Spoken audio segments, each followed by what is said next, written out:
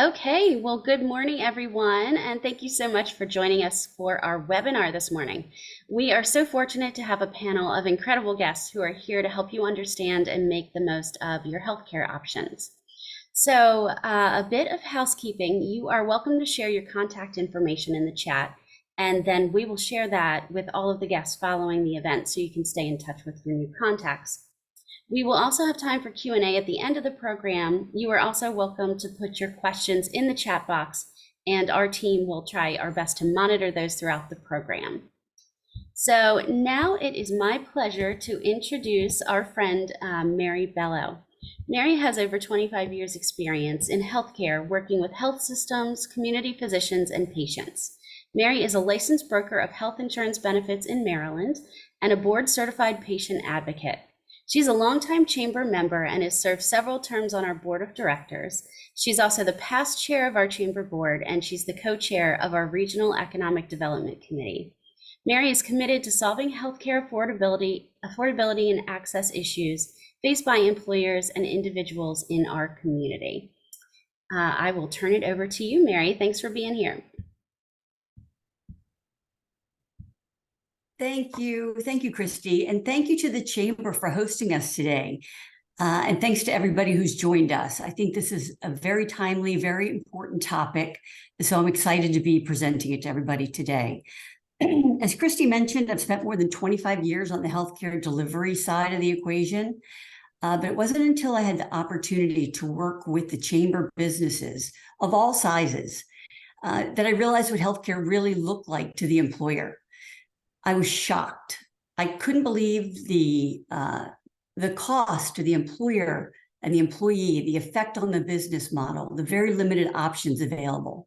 So I sort of dove into learning everything I could about employer healthcare benefits. Sounds weird, but I eventually became a broker in the state of Maryland.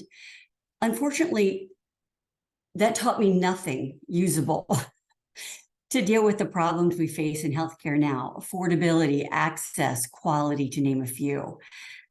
So while I remained on the healthcare delivery side and I was learning more about, understanding more about what was happening with the employers and the individuals, it occurred to me that no one is coming to fix this problem. I can honestly say that the major players are not interested in fixing what concerns us as everyday employees, employers, people choosing benefits and using benefits.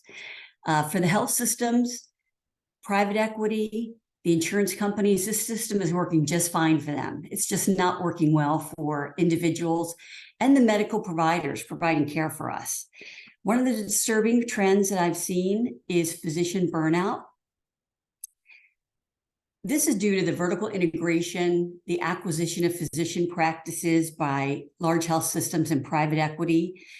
It's taken away that essential element of the community-based physician who is caring for us locally. Today, you're going to meet Dr. Tim Romanowski. I had the opportunity to meet Tim when he joined a health system-owned primary care practice on the shore. Tim was a very busy, very well-regarded physician who was just getting crushed by the business model. So Tim had the courage to step away, and with his partner, Valerie Wallace, built a direct primary care model that's able to focus more time on the patients. This leads to better outcomes for the medical providers and for the patients. It's a win-win. You'll also hear today about what's driving the current system and who's stepping up to fix it. You'll meet Ben Bahanowitz, Director of Client Services and Employee Benefit Services.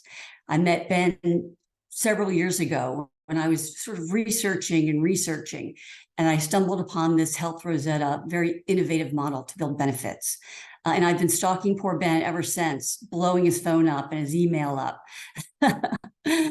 So I think you'll be very encouraged by when you see what's possible today and you hear the great stories from these employers today who are successfully tackling this healthcare beast. So before I turn it over to Ben, I just want to say that as employers are the true payers of healthcare, they're in a unique and powerful position to really impact the quality, drive down the costs, all while making it more affordable for their patients and their employees. So I'm delighted everybody's here today to listen to this. And as Christy said, we have a Q&A at the end. Please feel free to put your information in the chat, your questions in the chat, and we'll address them as we go forward. So on that note, I'll turn it over to Ben Bohanowitz. Awesome, Mary. Thank you. And good morning. Appreciate everyone carving out time for us to be here. And again, Christy, Kim, and Olivia, thanks for hosting us. As Mary pointed out, we're here to understand exactly where the problems exist in our healthcare system, which is probably pretty obvious to most of us. But more importantly, we're able to hear from employers, physicians, pharmacists that have figured out how to come together and address some of the root causes of what plagues most businesses and employees. And at the end of the day, it's rising and uncontrollable costs, and it's care that becomes worse and worse with lower quality. And so, as Mary mentioned, we'll have Tim Romanowski here to discuss things on the direct primary care side. I'm pleased to introduce Phil Baker, who is the CEO of Halo Scripts. Phil has a very, very extensive background in the pharmacy space. As a licensed pharmacist, he ran retail pharmacies for a very well-known grocery pharmacy chain. He became a director of pharmacy at a regional medical facility and realized there was a much better way to connect with patients. He started one of the first nonprofit membership-based pharmacies in the country, which grew to over 1,000 patients, and also realized that same value he could bring to uninsured or underinsured patients could also have the same value on the employer side, which at the end of the day is fantastic pharmacy services that improves medication adherence while also driving down cost. And so we'll be able to hear a little bit more from Phil throughout the presentation. I'm also very pleased and appreciative of our employers that are willing to join our panel here. We have Brooke Grossman, who's the Chief Mission Officer from Horizon Goodwill Industries. I have Liz Adler, who is the Director of Human Resources from 10X Corporation, and Jonathan and Shannon, President, CEO, Director of Talent Experience from the ARC of Central Chesapeake Region, also a fellow member of the Chamber. And so our employer panel will get a little bit more time towards the end of our presentation to introduce themselves and their organizations on a more personal level. But with that, team, we will go ahead and dive in. So our presentation is really broken down into 4 categories today. And we're going to focus specifically on healthcare costs, the impact on health, the solution that's a proven, replicable, viable solution that many employers around the country are deploying. And then we're going to focus the impact of those solutions on 3 employers that are here local to this market for you to understand exactly how they've been able to tackle the healthcare beast. And for most of us, it's blatantly obvious that health insurance has not necessarily worked in terms of containing cost and providing a sustainable, affordable benefit. If you take a step back and look at the impact of health insurance premiums over the past 10 years, we can see on average 44% increases over that period. That translates into employees paying more as well, with a 41% increase in employee contributions. And if you look at premium increases and the increases in worker contributions, they've far exceeded inflation and workers' earnings over the past 20 years. Working class families in particular have endured wage stagnation primarily because of healthcare. And from the employer side of things, we understand that employers' benefits costs represent the second or third line item on their P&L. This continues to grow and has issues that are far-ranging from employees that are looking to afford the cost of healthcare. We know that 49% of employees are enrolled in a high-deductible health plan greater than $2,000 from employees only. And the statistics around Americans and the savings they have in their bank accounts are pretty shocking. We know 57% of Americans have less than $1,000 in savings. That pretty much puts half of Americans in a high-deductible health plan in an untenuous situation. They don't have enough savings to even cover the deductible. We often say you're one stub toe or one trip to the emergency room away from financial bankruptcy. And so as you look at this team, most people that have insurance still have a major significant problem with filing for bankruptcy, specifically because of medical expenses. We have 2/3 of bankruptcies ultimately there simply because people are unable to afford their insurance bills and their healthcare bills even after being insured. And team, as much as we'd like to think that this is going to be getting better, the trend in the forecast for health insurance increases in the next year is the worst since it's been prior to pandemic. We're looking at average increases of 10% for the next 3 years. And so this is certainly not going to be getting better. And the unfortunate part is most employers have been conditioned to feel that there's no control over their healthcare.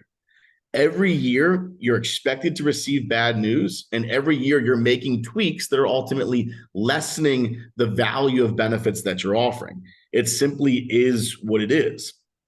And most people would assume when you're paying more for something, you're getting a greater value in return. But it's the quite opposite in most cases when it comes to healthcare. You can see that we have an epidemic of unnecessary and inappropriate care that occurs inside of our system. Regular routine procedures that are often prescribed to members, things like spine surgeries or bypass surgeries, the majority of them are unnecessary, meaning they have no clinical value after a period of time compared to those who didn't have those surgeries.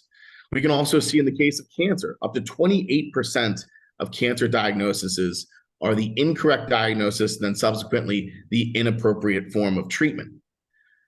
Unfortunately, we see that medical mistakes are the third leading cause of death in the United States. And because people are put into such a financial position, most people, a large portion of people, tend to avoid the necessary care that they need in terms of prevention. 40% of people just simply avoid care altogether because, quite frankly, they're in high deductible health plans.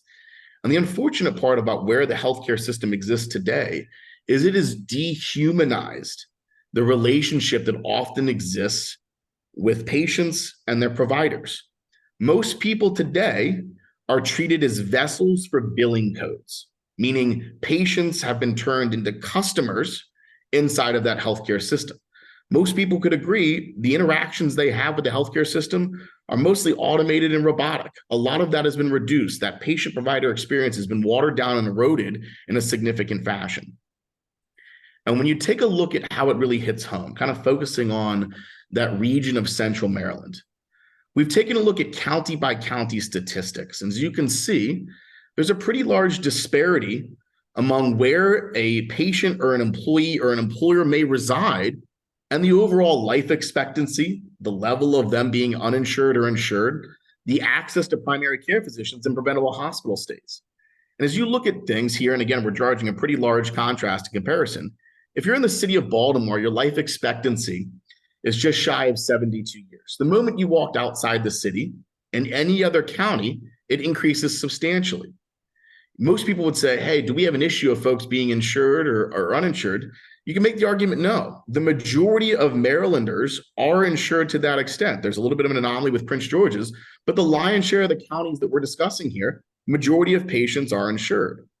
And specifically what we know when it looks to primary care physicians is we have a lack of primary care providers to meet the need that exists today. There's a statistic that goes around that says if you had every single student in medical school today, if they were to graduate not in any other field but primary care, we still wouldn't have enough primary care physicians to adequately treat the need of patients we have here in America. And unfortunately, what we know is lack of access to primary care often means greater costs and downstream care, more specialist visits, more urgent care visits, more emergency department visits, more inpatient hospitalizations, and duplicative testing. And you can see the results are here. Per 100,000 folks, we can see that the amount of preventable hospital stays is pretty drastic in each and individual one of the counties that we can see here. And unfortunately, the top leading 3 causes of death for premature, meaning under the age of 75, are cancer, heart disease, and accidents. Cancer and heart disease stand well up and above accidents. And by all means, team, these are treatable conditions that for most people under the age of 75 shouldn't be a primary cause of death. People ask, why does this persist? We live in a broken system. And as Mary said it earlier, it's really not broken for those that are delivering the care or ensuring care or even providing things like medical devices, pharmaceutical manufacturers.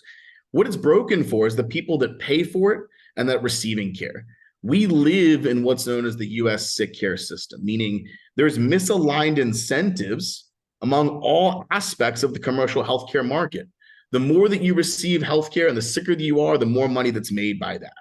And again, that's not to say that providers are doing this intentionally, but the system oftentimes doesn't necessarily revolve around a provider's decision. I think Warren Buffett really said it best. They said healthcare is the tapeworm of the US economy. Mm-hmm. Healthcare represents 20% of our GDP. It continues to grow. And like we talked about in the sick care system, providers are paid by quantity of services, not quality, meaning providers, insurance carriers, manufacturers, they're incentivized to provide more care, not necessarily the right care. And it's troublesome because at the end of the day, when people interact with the healthcare system, what they're looking for is high quality doctors at an affordable price. And for most of us, we know that lack of access to meaningful data is a very real problem. There's more publicly available data in fantasy football than there is in healthcare. Most patients have a very difficult time obtaining information about the quality providers that they're seeing. And at the end of the day, when you look at the pricing controls, employers are expected to write a blank check each and every year without understanding major cost drivers of prices of services. The inflation in healthcare continues to be a major problem. And we often see price gouging exist in some of the most common routine procedures, joint replacement, imaging, certain therapies. And when you take a look at the actual cost of care, that's really not a problem. Cost of healthcare has remained relatively stable. It's the prices of healthcare where ultimately you see massive problems with pricing controls. So team, looking towards the solution, what we're focused on doing is bringing the future of healthcare is local. We're focused on building health plans tailored with the community stakeholders, employers, employees, patients, providers at the center of the plan, the heart of the plan. The focus is Main Street, not Wall Street. We are creating direct relationships with employers and local healthcare professionals where both can benefit compared to the status quo health plans. And what we know is the result is significantly improved benefits, better quality of care, with savings of up to 20 to 40% compared to status quo health plans. And it really doesn't matter what type of employer or organization you are, both for-profit, nonprofit, small, medium, large-sized businesses, every industry you could think of, publicly traded, privately held, union organizations, collective bargaining agreements, all types of employers have been able to fix this healthcare problem and provide better benefits, higher quality care, and more sustainable costs. And it's really happening all across the country. You have communities here in Western Maryland. You have communities in Ashtabula, Ohio, Amarillo, Texas, Nashville, Tennessee. What we see is when communities come together and local employers, employees, healthcare professionals come together, it really serves as the catalyst for change to desperately addressing the need for fixing this problem. And when you look at the components that make up a high-performing health plan, there's really 8 ingredients in that recipe. And we're going to highlight a few of them in detail today.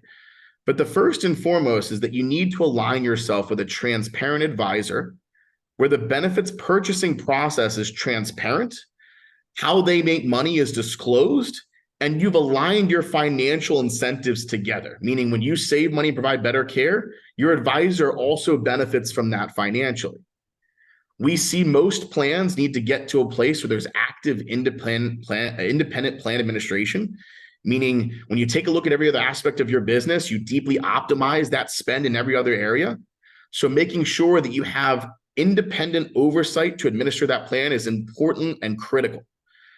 When you structure your plan design, meaning what deductibles, co-pays, co-insurance, make it easy, the right foundation for a plan design, incentives, and documents. Make it easy for a member to choose the highest quality care, the most affordable care, basically making it free. We know that healthcare is insanely complex and confusing. People need a trusted expert to guide them through the healthcare system, help them navigate to the highest quality providers, the most affordable aspect of care, help them navigate the prescription side of things. If they get a claim in the mail, a bill in the mail they don't understand, have them have an expert in their corner for them to be able to navigate those situations appropriately. Value-based primary care is hands down one of the largest aspects that we see. We know most commercial health plans have eroded primary care, that fee-for-service primary care, to basically little to no value. Primary care is the foundation of any high-performing health plan. Align yourself with primary care providers who have the right incentives, the right time, the right motivation to adequately treat and control your population. When you look at transparent open networks, we understand most people, when you think about healthcare purchasing, it exists in a black box. We have no idea the prices of services when we go in. We wait to get a bill in the mail later, and that's how we understand what it costs. There are now opportunities for you to adequately contract with local providers, go into an arrangement where you know the prices of services that are fair and reasonable upfront. We know at the end of the day, there's some major specialty outliers, right? Expensive conditions, cardiac, musculoskeletal, cancer conditions, programs around that are designed to control costs and improve benefits. And lastly, most people know this already, but when it comes to pharmacy benefits and pharmaceuticals, it's the wild, wild west. Make sure you are aligning yourself with a pharmacy benefit manager. You have a pharmacy cost containment program in place. And team, what you'll see is that it doesn't need all 8 of these ingredients for you to have a successful outcome. You'll meet 3 employers today that are in varying degrees of rolling out each of these components. And immediately, with certain changes, they're beginning to see real savings and improved benefits. So again, this is a journey. It's not a sprint. You'll be able to see this actively deployed over our timelines when you look at employers that are going through this process now. So I am pleased to bring Tim into this conversation. Tim, as Mary mentioned, is a direct primary care provider. Tim will have a little bit of better understanding and be able to explain that to our audience here. But at the end of the day, why we're so focused on value-based care is because we're trying to address the perverse incentive that exists today for most primary care providers, where most primary care providers today are incentivized financially based upon the quantity of services they provide, not the quality of care. That's why most people, when they think of a primary care provider, it's months to get an appointment. It's little time when you're there. And for most cases, you end up having to go to other aspects of the healthcare ecosystem. That's why urgent cares have had such a popular rise. And when you focus on direct primary care, it's there to address the 4 fundamental aspects of the quadruple aim of healthcare: higher quality care, increased access, improved patient provider experience, and lower overall cost of care. And when you deploy value-based care among your employer population, we can see significant statistical reductions in overall healthcare utilization and emergency department visits. And so by all means, team, Tim is able to describe this much better than I could, not necessarily off a slide. So Tim, if you wouldn't mind giving the audience a better understanding of a little bit of your background, why the need to move to direct primary care, how that ultimately influences the relationship you have with your patients. Absolutely. Thank you, Ben. So as Mary said earlier, that I was part of a large healthcare system. My office was owned by them over on the Eastern Shore. My partner, Valerie Wallace, as well. She was in a sister practice, and her practice was owned by the same healthcare system. I had about 3,000 patients attributed to me who would try again for appointments, send me messages, calls, those types of things. Val had about 1,500, and it just became overwhelming. It was a push to get as many people in as we could per day. And let me walk you through a typical encounter as a patient. You're told to come to your office about 15 minutes early to check in, fill out paperwork. Come in, you sit down. Oh, by the way, your provider is now running a half hour behind. Wonderful. So next step is the MA medical assistant brings you back in. Oh, nice, step back. While you're trying to check in, the front desk is answering phone calls, not ignoring you, trying not to be rude, but that's the way you feel because you are not their focus of attention. They are trying to keep up with the volume. So finally, the medical assistant comes, brings you back into the exam room, and now that your 20-minute appointment is now spent, the next 10 minutes is 10 minutes asking you questions, trying to meet metrics that really don't show healthcare savings. It's a way to track disease progress according to the health insurance and to meet different standards metrics so that reimbursement can stay up. What we do with this data, some of it we don't even see, it doesn't even populate into our medical records. It goes to some data collection somewhere. So that's 10 minutes. So we now have 10 minutes left for your appointment. I walk in the room, you start complaining for 5 minutes about how you can't get in with me, how rude the front desk was, what all those questions were. So once I calm you down, now we have about 5 minutes for me to find out why you're there, come up with a plan, and get your prescriptions and get you out the door before I have to go see my next patient. How is this good healthcare? This actually leads to a lot of not just misdiagnosis, but missed diagnosis. A colleague of mine was in a very busy practice that he inherited from his father, very well respected in his community. And he was just feeling overwhelmed because it was in and out, no real time with the patients. He went off and did the direct primary care model as well. And this lady came to him who he had seen for the last 10 years. They sat down and talked. So that 20-minute appointment now has extended over an hour. And that's very typical, getting to know your patients. And she's mentioned, oh, by the way, I had this lump in my neck. He's like, what do you mean you have a lump in your neck? Oh, yeah, it's been here for the last 3 years. I just never got to it. It was always on my B list. It was never on my A list, and we never got off my A list. Um, he felt horrible. He had seen this patient multiple times and just never knew about this because there was no time.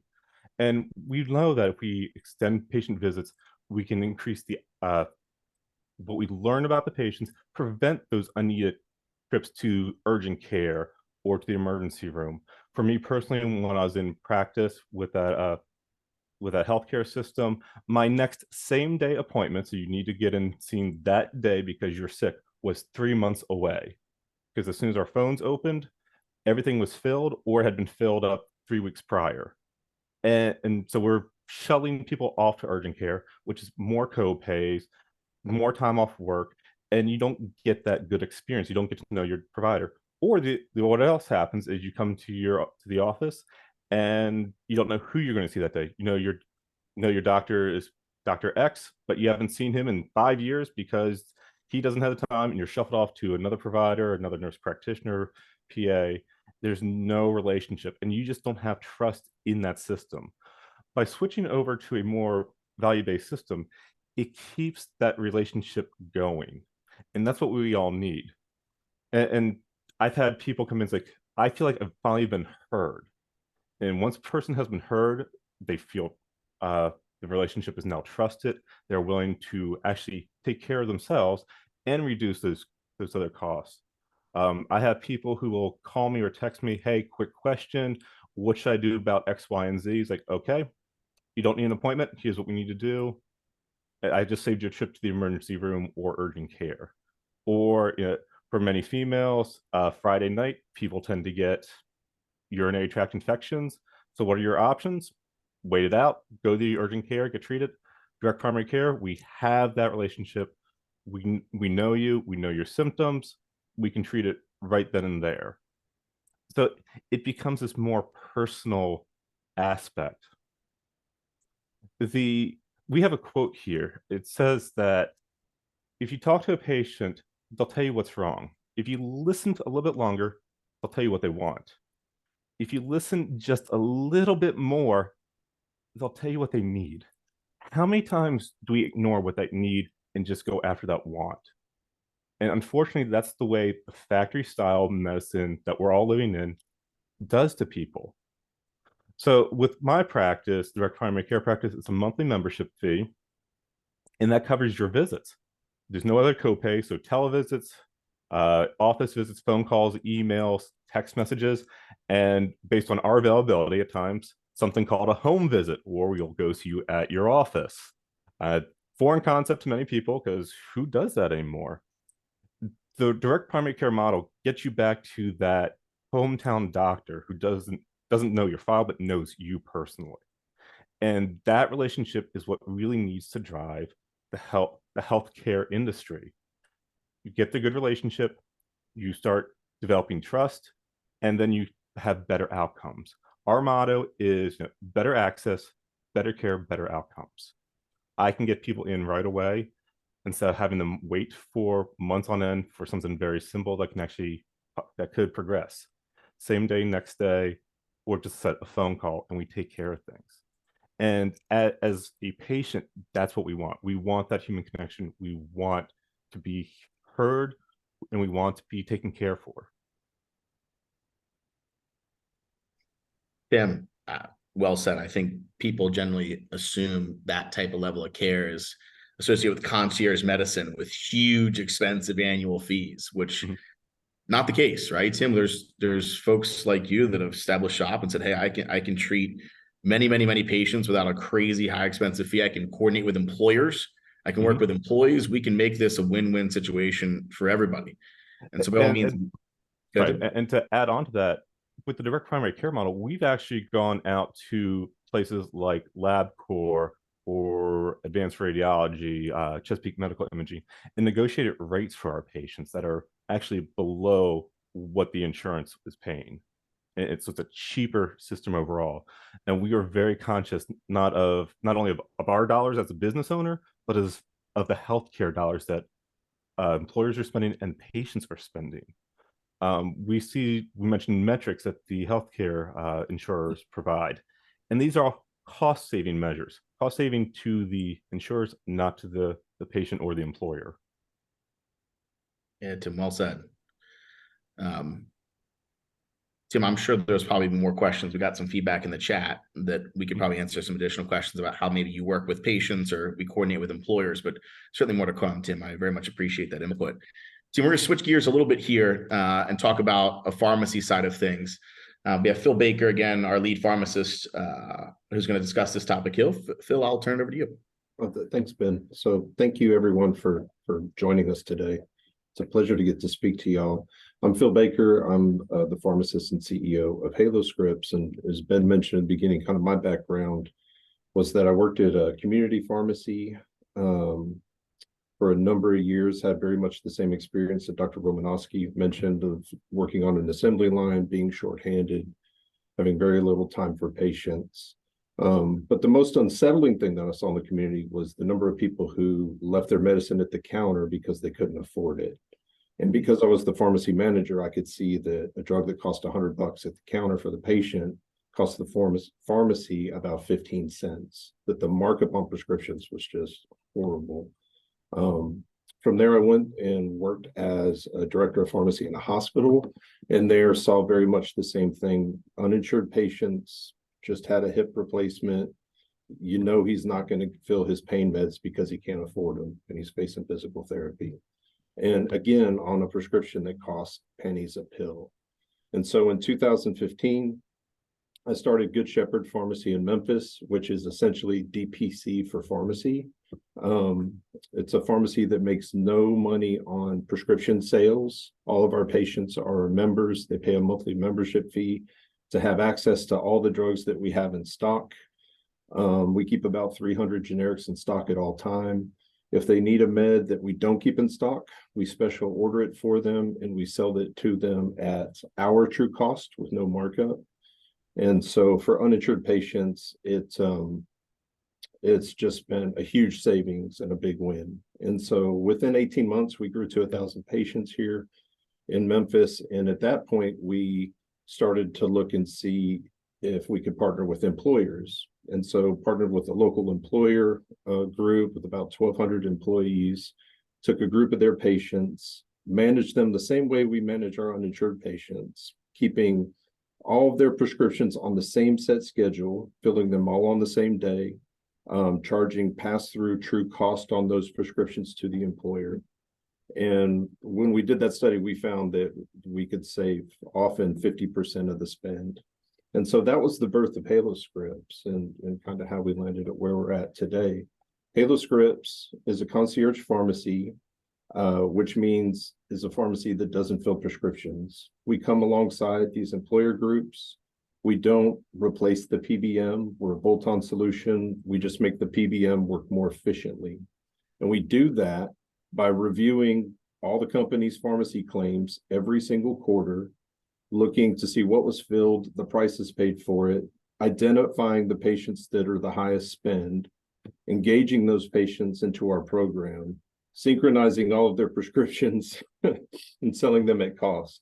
So that was kind of maybe a stupid way to say that, but that is what we do. We say to the employer, we're going to isolate your highest spenders, sell you their drugs at cost on a set schedule, and that's going to save you a whole bunch of money. So much so that for the patients that opt into our program, there are no copays, no charges, no shipping, and everything will be delivered on a set schedule.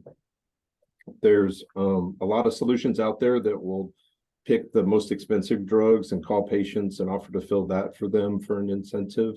We're different in that when we call, we're handling all of their prescriptions, their generics, their expensive meds, their inexpensive ones. Halo Scripts becomes the first point of contact for all things pharmacy for everybody on the plan. And so that's how we manage each group. The prescriptions, Halo Scripts is a brick and mortar pharmacy in Memphis, Tennessee. The prescriptions live, if you will, in our pharmacy. But when it comes time for them to be fulfilled, we transfer them to one of 6 different vendors, wherever we get the best price for the company. That pharmacy fills it, and we track the shipment to the patient's house. The patient only ever talks to us. And so their prescriptions could be coming from 3 or 4 different pharmacies possibly, but it doesn't feel that way because they only have to communicate with us. Their physician's office only communicates with us. And so coming under our management, we're able to just provide really proactive care for these patients and ultimately greatly improve their medication adherence, ensure that they always have the right medication at the right time and that they're taking it the right way. And so that's kind of my story and Halo Scripts and our piece in this puzzle of how we got there. Yeah, Phil, thank you. I think for most people, the thought really doesn't cross your mind. When you have a select group of patients or subgroup of employees, part of an employer plan, about 20% of those patients drive 80% of the pharmacy cost. And as Phil mentioned, there's a pretty bad problem with medication adherence, meaning people don't take their medications properly. And it comes down to lack of education, costs, administrative process. And so similar to Tim, when you align a pharmacist that's available to a member anytime they need them, and you remove the cost barrier, meaning members don't pay anything for their medications, it essentially improves medication adherence significantly. Up to a third of all hospitalizations are due to lack of medication adherence. And so really keeping people on the right drug regimen, removing that cost barrier and making sure they understand they have someone to speak to means a whole lot of missed preventable hospitalizations, which is obviously in everyone's favor here.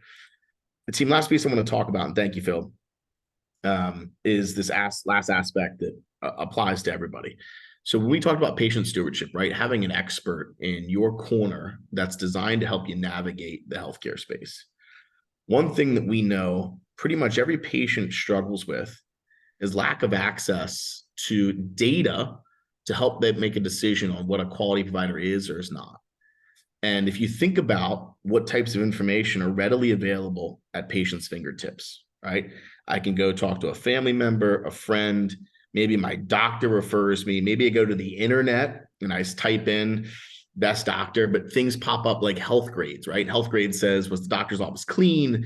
Was the bedside manner good? Were the magazines up to date in the waiting room? And all those things you could argue could be important, but at the end of the day, people want to make decisions on what they know is going to be a high quality outcome, meaning I got what I needed to get completed without complication and at a high success rate. And again, like we talked about before, there's more statistics available with fantasy football than there are with healthcare. Most people don't have readily available information to their fingertips. And so for most of our employers that are heading down this journey, team, we're pairing them with a top quality provider navigation program down to the provider level. Why is that important? Well, of course, we hear of hospital systems. This hospital system is great at this. This hospital system is great at this. But inside that hospital is a team of providers that are all doing different things with different successes and different complication rates. At the end of the day, the provider is the most paramount factor when determining the quality of care. And what you have on a screen here is an example of something that just came up 2 weeks ago. I had a patient call our firm and say, hey, my wife is struggling with her sight, and I'm not sure quite what's going on. They went in to see a doctor. Turns out his wife has a tumor that's growing on her pituitary gland. And they got the best recommendation for their doctor. You need to go see Dr. Murray to basically have an endoscopic endonasal pituitary resection. They're going to go out and take away that tumor inside of the brain. And again, Dr. Murray hands down the best recommendation you could ever think of. But again, most people don't have readily available quality metrics at their fingertips. And what we were able to show this patient is that there's doctors here locally that are better, there's doctors here regionally that are better, and there's doctors nationally that are better. But again, the type of data that you can see here, where by provider that does this specific unique type of surgery, you can see the amount of times they've done that, right? Anybody would agree, the more times you've done a procedure, the better it is for you. The more times you do it, the better that success rate, the lower the complication rate. High volume healthcare in this sense with routine procedures like this often means more efficient and better quality care. We have a very unique situation here, right? Endoscopic endonasal pituitary resection. Most people probably would never have to do that in their life. But this same type of data apply to things like knee replacements or hip replacements or ligament repairs that we see. This types of concepts exist, team. At the end of the day, the doctor in that same hospital that's not the quality doctor means potentially a complication. If it doesn't go right the first time you're back in there, infection, readmission, more patient harm, more cost, more time away from work, more time away from family. The list goes on. At the end of the day, what we know is higher quality care is the lower overall cost of care. It's in our best interest from an employer who cares for their employees that care for their family members, to make sure that whenever possible, we're choosing the highest quality care providers. And you need to have a tool, a quality provider navigation program that's designed to give your members the right information to navigate to those high quality providers. So lastly, piece here, before we jump into the case studies, team, I want to highlight a few things. Those eight ingredients of the recipe, right? Trusted advisor relationship, active independent plan administration, the high performance plan design, patient stewardship, value-based primary care, open networks, major specialties, and the transparent pharmacy benefits. Depending on the size of employer that you are, kind of dictates where those benefits can become meaningful or even available to that end. And so depending on the size of employer, you need to get into a funding arrangement that allows an opportunity for these programs to become viable and meaningful to you.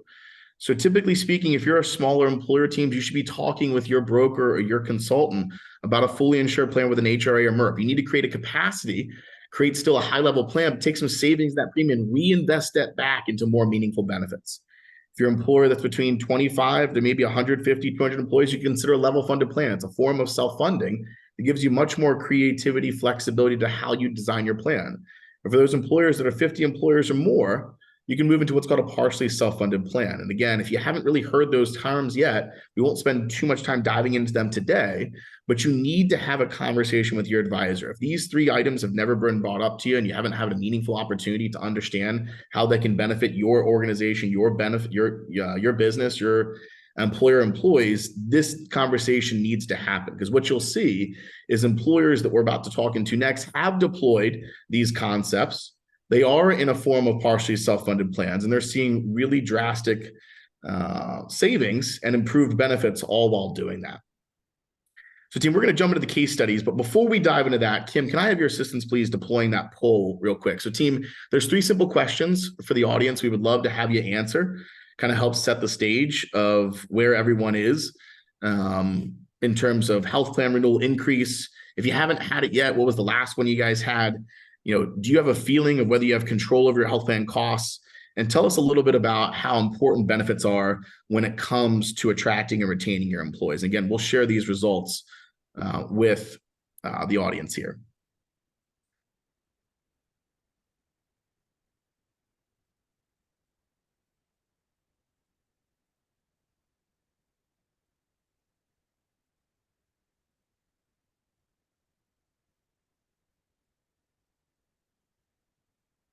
And team, just for my own edification, is everybody else able to see the poll results as it's being answered, Kim, or is that only me?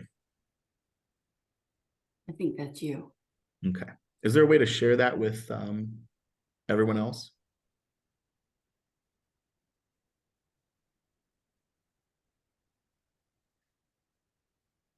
We'll give it just a few more seconds here.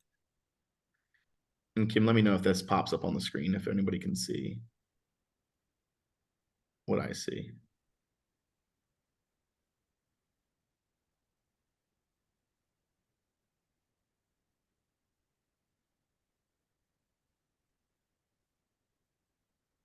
Team, as we dive into the case studies here, Awesome. Share results. Perfect.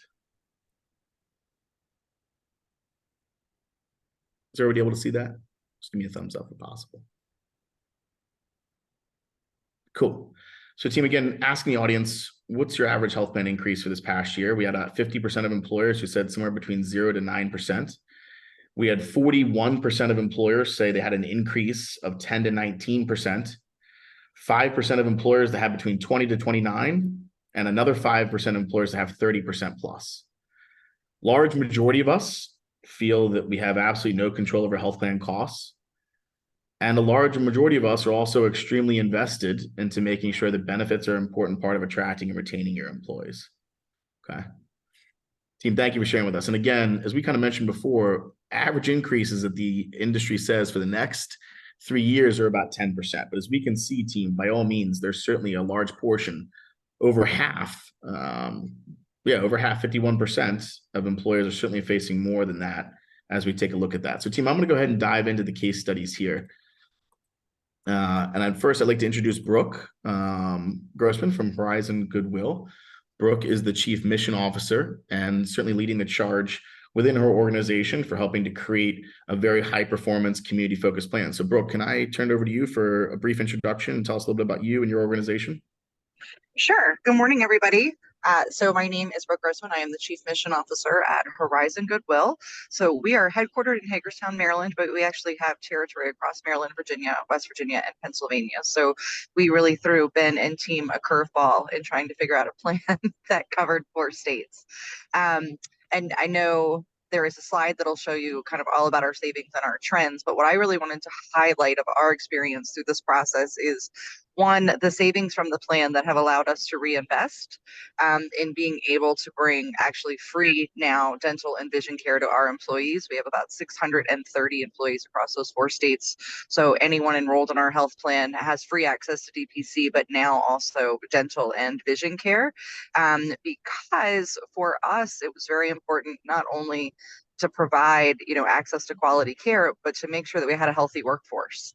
And so increasing their ability to see their DPC provider, even access to Halo scripts, which has been transformational. We just actually, one of Ben's team members earlier this week sent a testimonial from one of our employees who was encouraging another employee to connect with Halo scripts because of how positive their experience has been. And that's not where we were as an organization 5 or 6 years ago in terms of our employee engagement in their own healthcare, right? And that costs us money at the end of the day too. So it's been really transformational for us to see individuals be able to access care regularly, and then be encouraging their friends and their teammates and their coworkers to care for themselves as well. And I really can't say enough how lucky we are to have a really high quality team with Ben and team that help us roll out this plan. I think we probably talk to Ben or someone on his team almost every day. And it's always, a really positive experience and creative. We had a person in Virginia that we're trying to get a procedure done for, and just the other day. And we're able to kind of like creatively go back and forth and work it out for this employee. But it was a significant lift on both ends, right? But it felt easy. So I know we're getting close to the end, so I don't want to take up too much time, but I just really want to highlight how beneficial the relationship and having a broker that is at our disposal that way has been for us. Yeah, Brooke, thank you very much. I appreciate that. And team, Horizon Goodwill, most people probably have an understanding of what Goodwill does. Large workforce development organization. It was never on the table that when we got to a place where costs were increasing, where we would charge the employee more, meaning increase their employee contribution, raise their deductible, raise copays. It was figure out how we provide a level of benefit like we do today, but without our costs going up. And again, that's a very tall order to fill. But team, if you take a look at some of their health plan highlights here, you can see that there's no deductible or copay on multiple services: primary care, lab, x-ray, imaging, outpatient procedures, generic brand, specialty medication, inpatient hospitalization. A large portion, the majority of their services are completely free at this point. We do have some services where there is a $250 deductible with very low copays. 100% of their employer DPC memberships are for Tim's program. Horizon Goodwill pays that membership on behalf of the employees, so they have free access to direct primary care in their neck of the woods.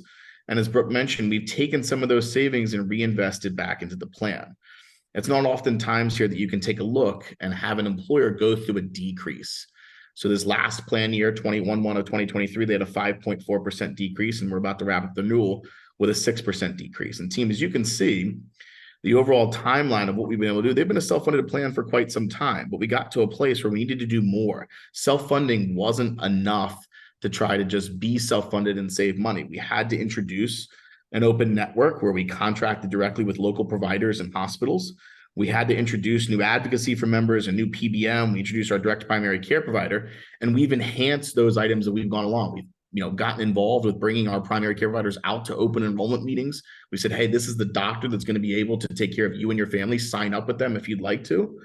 And again, as Brooke has mentioned, it's translated into an actively engaged workforce within the health plan. We have people without prompting standing up at open enrollment meetings saying, this is the best healthcare experience I've ever had. I finally feel heard for the very first time. And what we want to ultimately show you, team, here is more or less a benchmark, right? Of those 8 ingredients that we talked about, where does Horizon Goodwill fall on the rating of those employers that have really figured out how to do those things well? And again, Horizon Goodwill is certainly on the upper end of employers who have gone through a full journey, and you can see how they've been able to drastically reduce their costs. They're paying less today than what they were paying back in 2017. And again, that all comes from a place when you look through the timeline of being able to actively control these costs. And again, when you think about controlling costs, you're improving the benefit, improving the quality of care, and passing that savings back onto the employers and the employees. Brooke, can I ask a quick question of you? Or a few, if I might add, if you're available still? I'm still here. I'm sorry, guess. No, cool. Brooke, since you've kind of been involved with the contracting with our direct primary care providers in the hospitals, like how would you feel that's helped the plan members' access to care, understanding for care? Will you share a little bit about that? Sure. So I think the first thing it did, honestly, was educated us as an employer, right, on how we support our staff through those relationships and how to navigate those things. So one of the things I appreciate you teeing me up, Ben, because I can't believe I forgot to tell everybody this. One of the things that we do that's a little differently than other employers is in our human resources division, we actually have a team of staff that are called resource coordinators, which are essentially case managers for our staff, because we have a large number of entry-level staff, right? So just managing healthcare as a whole is really challenging. But what we've been able to do is educate that team that then can be a support to our employees. But through that education and that partnership, now our employees ask questions, right, when things are not going well, or know that they can come to us. We had someone just not long ago who had a really significant bill with the hospital, and it came to our attention because he was trying to make a withdrawal on his 401k, and we kind of said, hey, what's going on, employee? And he shared what happened, and we were able to bring that back to Ben and team, and they negotiated with the hospital directly, and there was no cost to that individual, so they also didn't have to lose their 401k, right, for that reason, for medical care. It has empowered our employees, though, to advocate for themselves and to ask questions in a way that we had not seen previously. Yeah, Brooke, thank you. I know you're on a tight schedule, so I will I'm get sorry, you off guys. I'm traveling back from Georgia. I apologize. No, all good. I will get you off the Budweiser hot seat, Brooke. Thank you. So team, next, I want to introduce Liz Adler from 10X. Liz is Director of Human Resources. Liz, would you mind saying a little bit about yourself and your organization? Hi, thanks, Ben. My name's Liz Adler. I'm Director of HR for 10X Corporation. So 10X is a plastic fencing manufacturer. Our headquarters is in Baltimore City, kind of on the Dundalk-Canton line. But then we also have a plant in Alabama. We have shipping and receiving out in California. And then we have a sales team that are kind of scattered around the US. So our employees cover probably about 5 or 6 different states. And so our model of health insurance, for the past 30 years, we've been a self-funded plan, but only recently switched over. We're in year 2 of changing the management of the self-funded plan to EBS. And it's been a huge difference so far. Yeah, thank you, Liz. So team, again, same kind of concept. I think when we first approached Liz and the organization, it was, we're being directed to raise our deductibles and raise our copays and raise the employee contributions. There's got to be a better way of doing this. And again, this is the first time we've got introduced to an employer who had been self-funded, I think, since the dawn of ERISA. So that was a little bit of a different concept for us. It was, you have a very clear understanding of what the operational aspect of things, just the idea of cost containment. And so, Liz, like we talked about when we first met, that was the concept to kind of cost shift. How has that changed with where you are today? Right. And so with our old self-funded plan, I mean, basically there was no management happening whatsoever. And so we kept seeing year over year, the costs increasing, and our broker would just say, oh, well, you're paying for all the claims. People have claims. You just got to pay for them. And so, we were just kind of being poorly managed. And so under this new model, we've implemented a variety of cost-saving tools. The first thing that we're doing is that we review the cost monthly. So we have it projected out. We know what we're expected to pay for that month, what's the maximum amount that we can pay, and then what the actual cost is. And then my finance team's able to accrue it, because I think a lot of people are kind of scared about the self-funded model because people get sick and it's unpredictable. And how do you manage that financially within a business? So these cost projections have been really helpful for us planning and managing the plan. But then we've also written in policies for the health plan that resemble a more traditional plan. So requiring approvals for name brand prescriptions, having a higher deductible for out-of-network providers to encourage in-network utilization. And then lastly, we also partnered with Halo Scripts, who is getting us prescriptions for a fraction of the cost. And long story short, since implementing this strategy, after the first year, we saved over $400,000. So it was an immediate impact to the business. Awesome. Thanks, Liz. And then Liz, you mentioned you got employees spread over else, kind of 6 different states. You had a way of doing things for a very, very long time. We changed to a new model. You have a Spanish-speaking population. Can you kind of share with us how you engage the population, what works, what doesn't? I think people, when they think about making changes, that's one of the biggest concerns. How did you try to, tackle that idea, and what would you give the audience in terms of suggestions? Yeah. So, I mean, as you all know, change is hard. Change is scary. It's always going to be tough. But we eased this transition by every year we host an in-person open enrollment with a representative from EBS that explains how the plan works.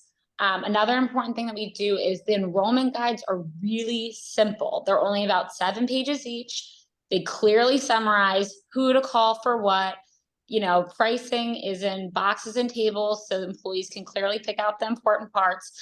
We also, for these open enrollment sessions, we bring in or EBS brings in a translator so that somebody can speak directly in person to the Spanish-speaking population, which is huge. And I mean, practically speaking, our health plan looks very similar to our employees. Like, they still get a medical ID card. They bring it to their provider, they pay their deductible copay, and then coverage is taken care of. So it wasn't a huge switch. It's just that personal touch of coming every year, talking to each person individually or as a group, answering questions, and then keeping things really simple and accessible. Yeah, thanks, Liz. And team, as you can see, we're just started this journey, and we've already seen some pretty significant results compared to the trend and the cost increases that 10X was facing previously. When we made initial switch to a better managed plan, we looked at a 5% decrease, and coming to this year, we're looking at close to a 10% decrease. And Liz, we've certainly kind of brought up some other concepts about what may work best for your population. What's kind of top of mind for you? So for kind of what we're looking at the future years. Yeah, so we're in our second year right now, and we've seen year-over-year savings. But looking into the third year, we are going to implement community-based care, which we ran into this year, that we're kind of leaving money on the table that we didn't know about. So it's a program that the majority of hospitals, specifically in Baltimore and Alabama, have for low-income families, where there's a fund that hospitals will actually pay for their care if they qualify income-wise. But the barrier to that is that person has to apply for it. They have to write an essay. You know, you have to ask these hospitals to have access to this fund. So we're gonna partner with EVS, with an outside company that will actually apply these low-income individuals for these funds, so that when a large claim comes up or health care needs arise, their medical costs will be covered. And it's, from a business perspective, you know, a cost shift away from the company to these funds that are available but not really accessible. And then the second thing that we're doing is we analyzed our claim trend, like high trends within the plan. And what we realized is that a large amount of our population are using urgent care and emergency room visits for things that could be dealt with a primary care doctor. So things like fevers or earaches or COVID tests, or just using urgent care or emergency room visits. And so, you know, which are much more expensive for us to pay for than if they just go to the primary care doctor. So it's a big push in year 3 to just be educating our employees to utilize the primary care providers available to them. So we have flyers set up. I'm hosting in-person meetings with all the departments and teams.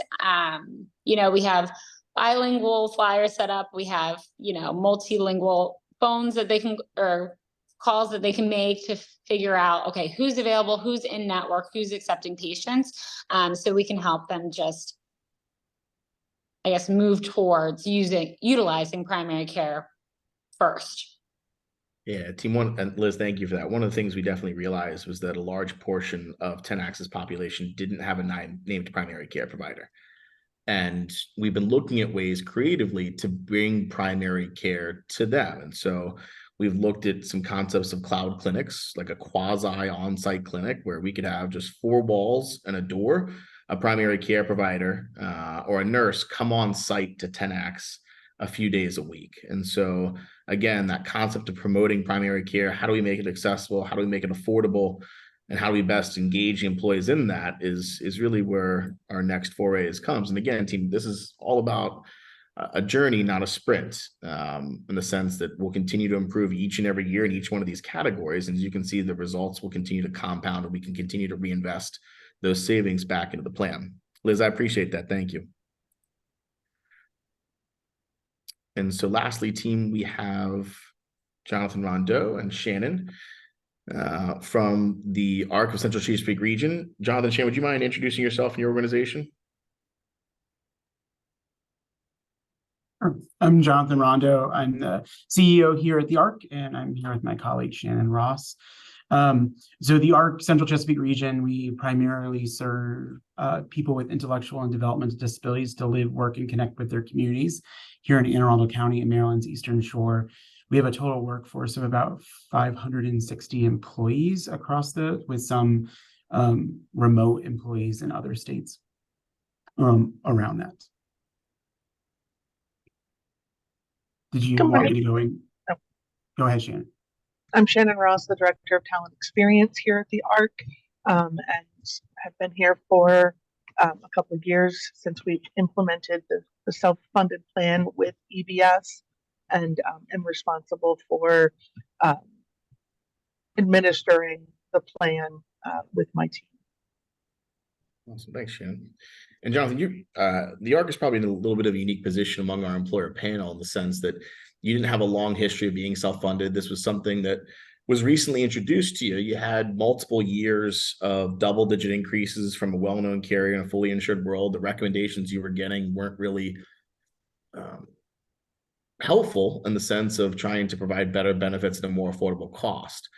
You know, if you could help kind of share with everybody, what's been the biggest change with moving self-funded? What was really the primary reasons for you making a switch?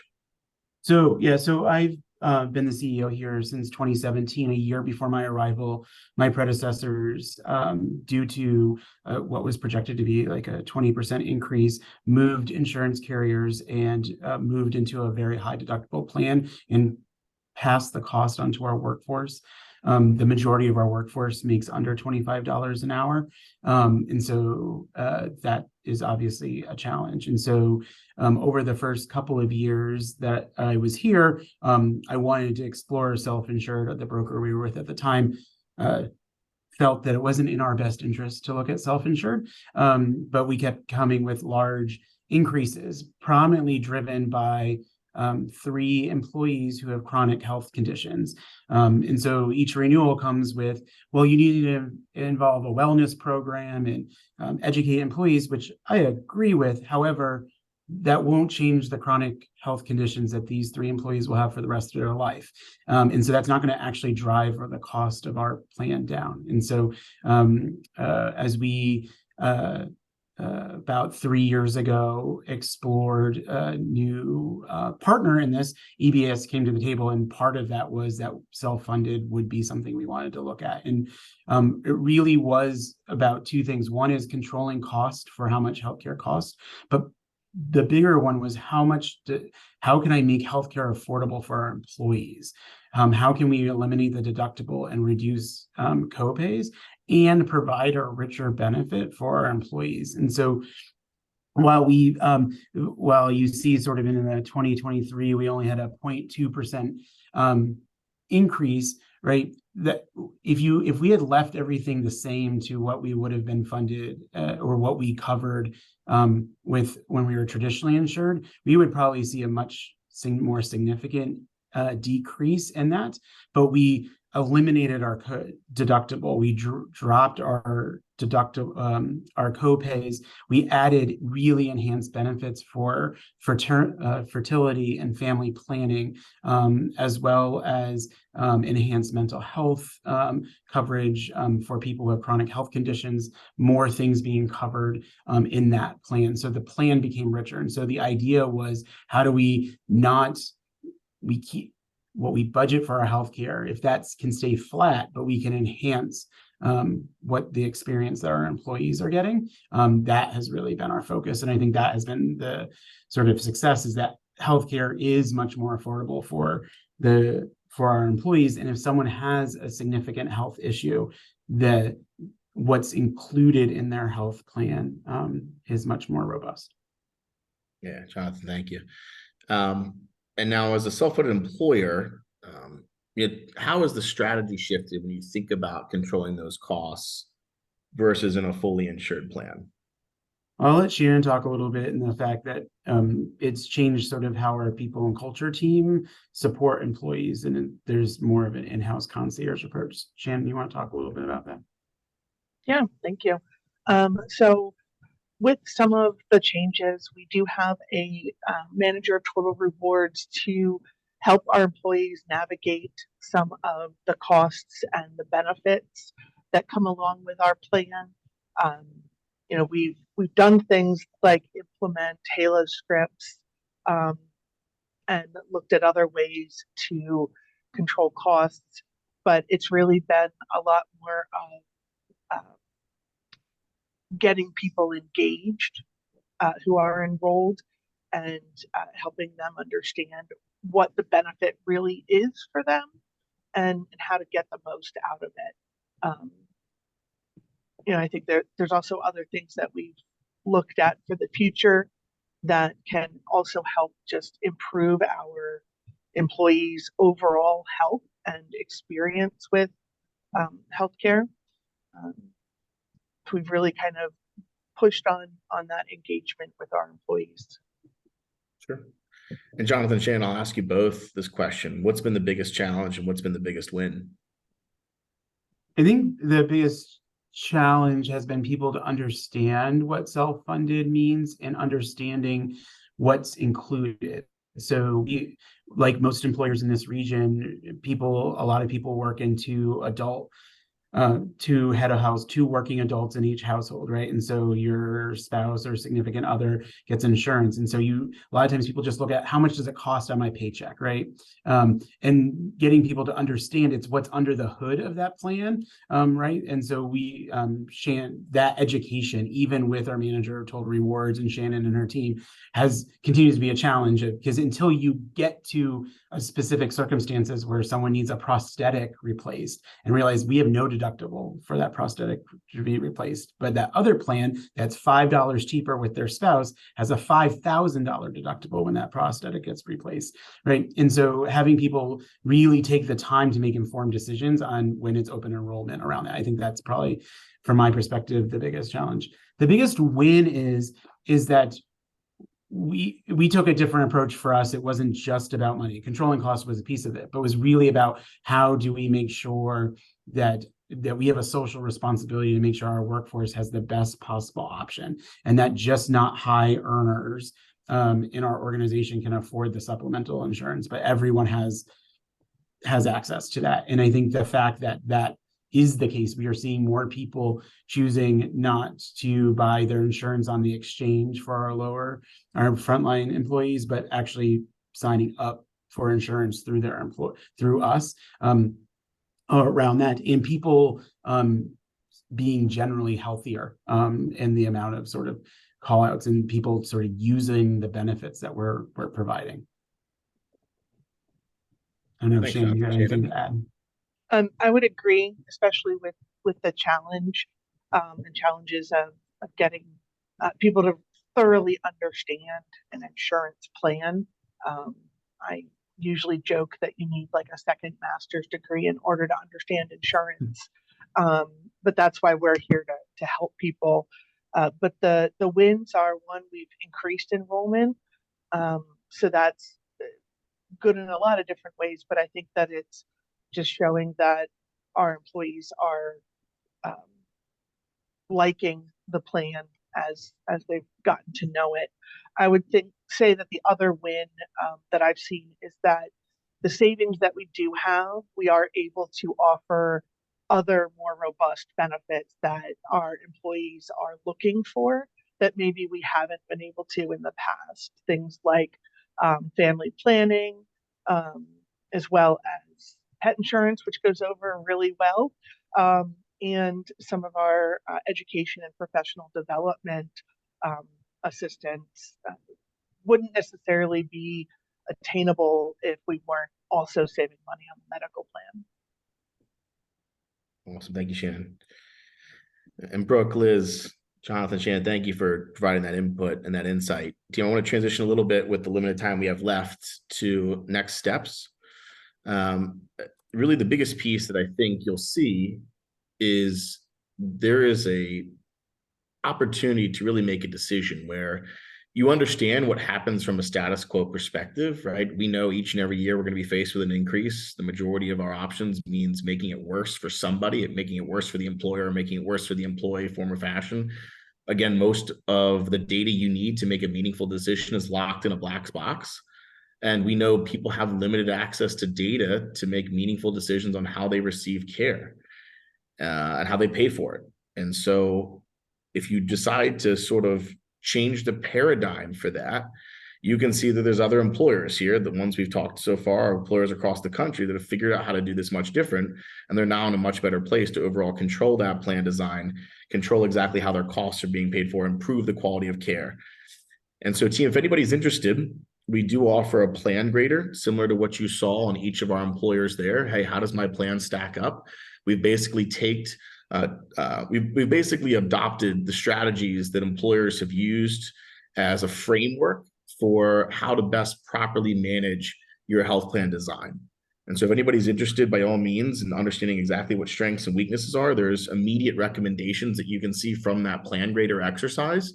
If you'd like to better understand and use that with your advisor or have a conversation with somebody else. And lastly, team, there's really kind of 3 steps to putting something like this together, right? Understand where you have an opportunity to improve. Gather your plan contracts, see what kind of data you have available, and understand where life cycle from making a decision. Is the pain enough today that we make drastic change today? Or do we look at a multi-year approach to see what makes most sense? And again, as you can see in the employers we have here, incremental approaches each and every year to improving that plan design continues to drive down cost and improve benefits. Simple step here, right? What makes most sense for me? What networks are right? What TPAs are right? What's pharmacy benefit manager? How do we bring DPC or another form of value-based primary care or pharmacy cost containment solution? How do we put all those pieces together? Where do they fit in? And then team, I think what you've heard here is once you put it together, that's not the destination. It's simply the vehicle. You got to continue to monitor that each and every month or each and every quarter and continue to optimize the plan. I think from any of the three employers you heard today, we're certainly not done in any form or fashion. We're going to continue to see what drives costs within the plan, improve the patient provider experience, and hopefully deliver that savings back for members to be able to benefit from and employers to be able to benefit from. And so team, if again, this is not intended to typically be a rush decision.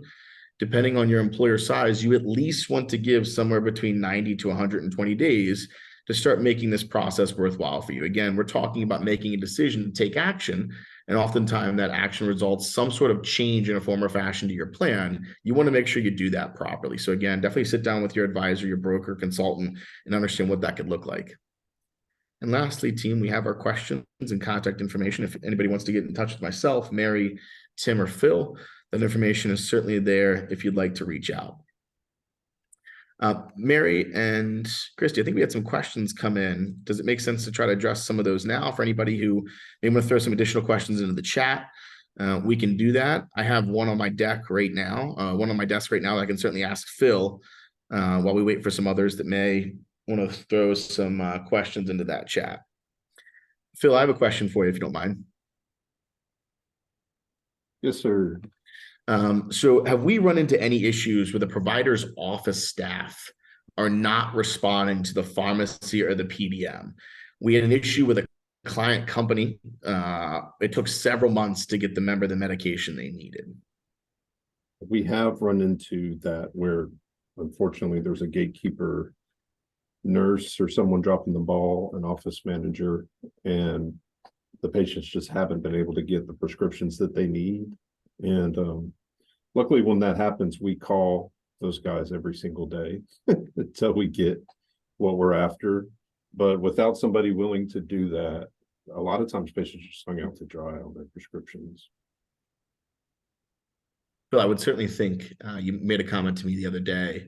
If you have multiple prescribers for one patient, right? A couple docs doing this drug, one doc doing this drug, one doing this doc, you have 4 or 5 different doctors calling in on behalf of the member. I think the consolidation of one person, one pharmacy team managing all your prescriptions makes it more easy to establish a relationship with that provider.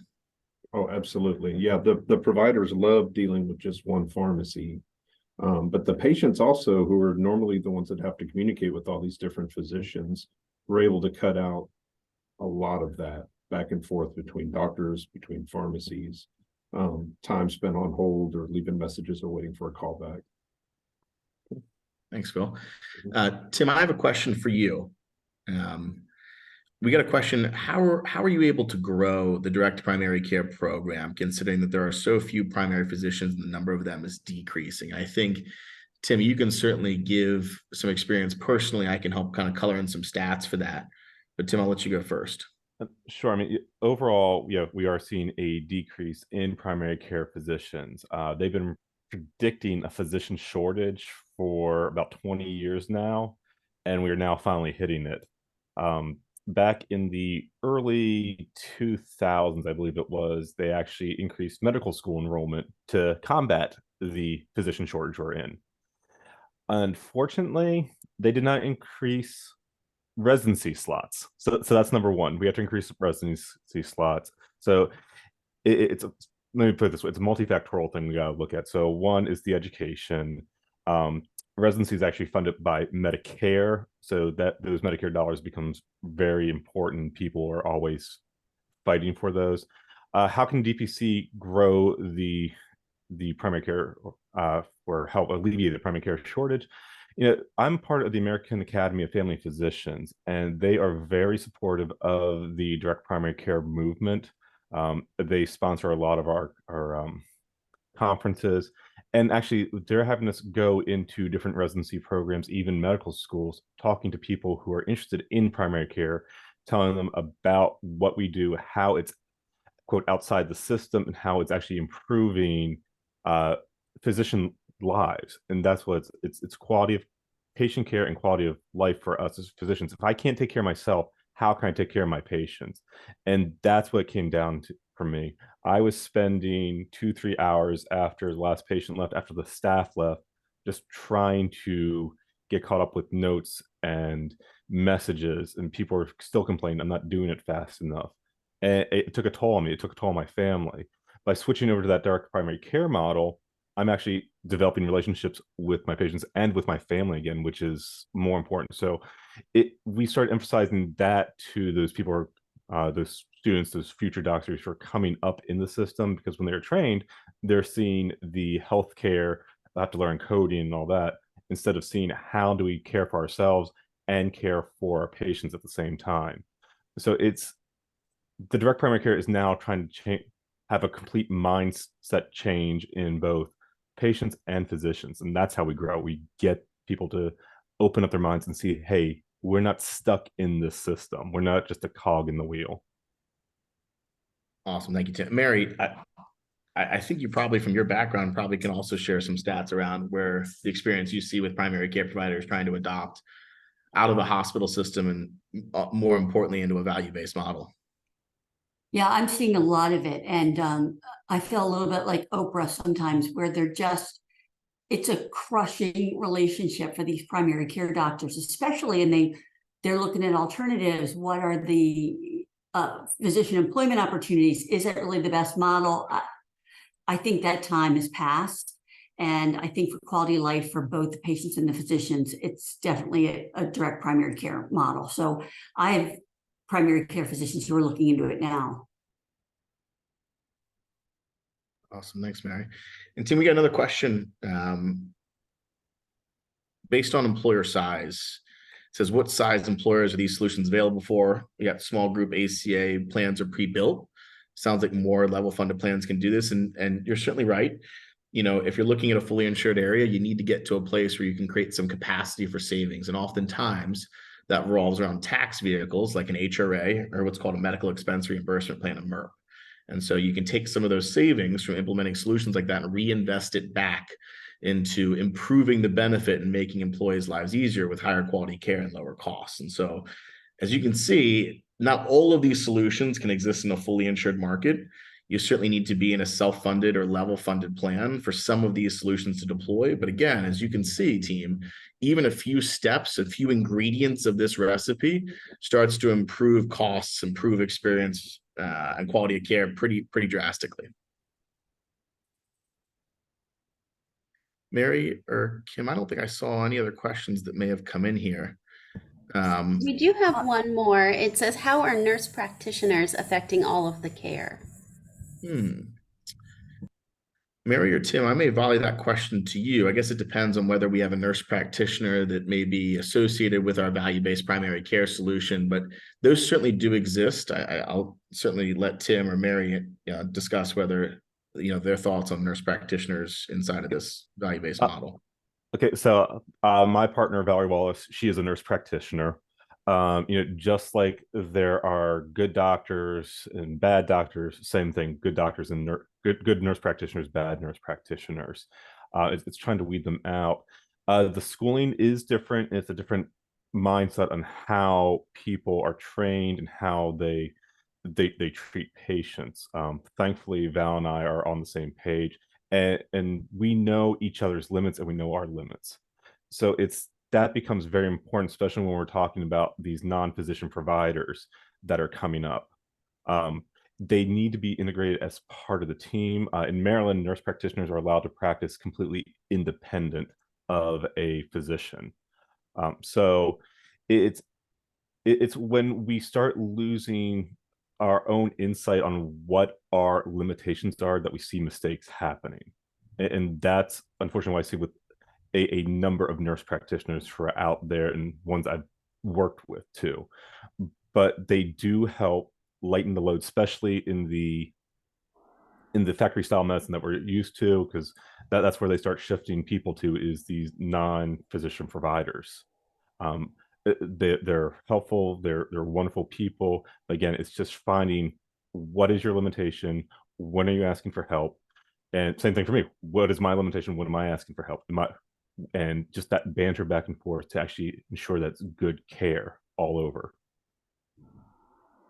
I agree with you, Jim. I think the training and the philosophy of care have to match, and you have to, look at them as individuals and weed out some of the ones that maybe are not the right fit.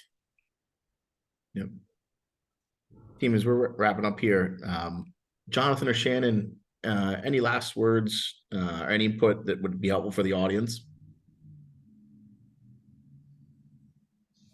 I would just say that it, sort of putting everything on the table and working with a broker that you have a relationship and understands what your goals are, it's worth exploring because we've seen great benefits. So, Thanks, Jonathan. I agree. Liz, any last words on your part? No, I think you guys covered it. Thank you for including me. This is great. Awesome. Thanks, Liz. Ben, will you be sharing the slides for attendees or any other links or information? Absolutely. More than happy to just share these after we close up our webinar today. Okay, that's great. Well, I'm delighted we've had this opportunity to just really dissect it. But I think overall, we just have to be more educated about it and be able to make good choices on behalf of our employers and our employees. Something's got to give. Yeah, much agreed. Well, Christy, thank you very much for hosting us here. I hope the time was valuable for everyone who joined and participated. So I appreciate the questions and the opportunity. Thank you. Yes, thank you all so much. This was such valuable information for all of our guests. And I was just going to add that following the event, we will be sending a follow-up email to all of our registered guests for the day. We can include a link to this video recording so you can reflect back on something you may want to review, the slides, and the contact information for all of our special guests today. So you should be receiving that sometime this afternoon, most likely. And lastly, if you haven't had a chance to check out the Chamber yet, we would love to meet with you to share ways that the Chamber of Commerce can support you and your business. So please feel free to reach out to one of our team members to set up a time to chat. And we do also have many, many great events coming up over the next few months. So you can visit our website, which is centralmarylandchamber.org, to sign up. So thank you to all of our guests for being here today, our amazing panelists, and we hope all of you have a great day. Thanks.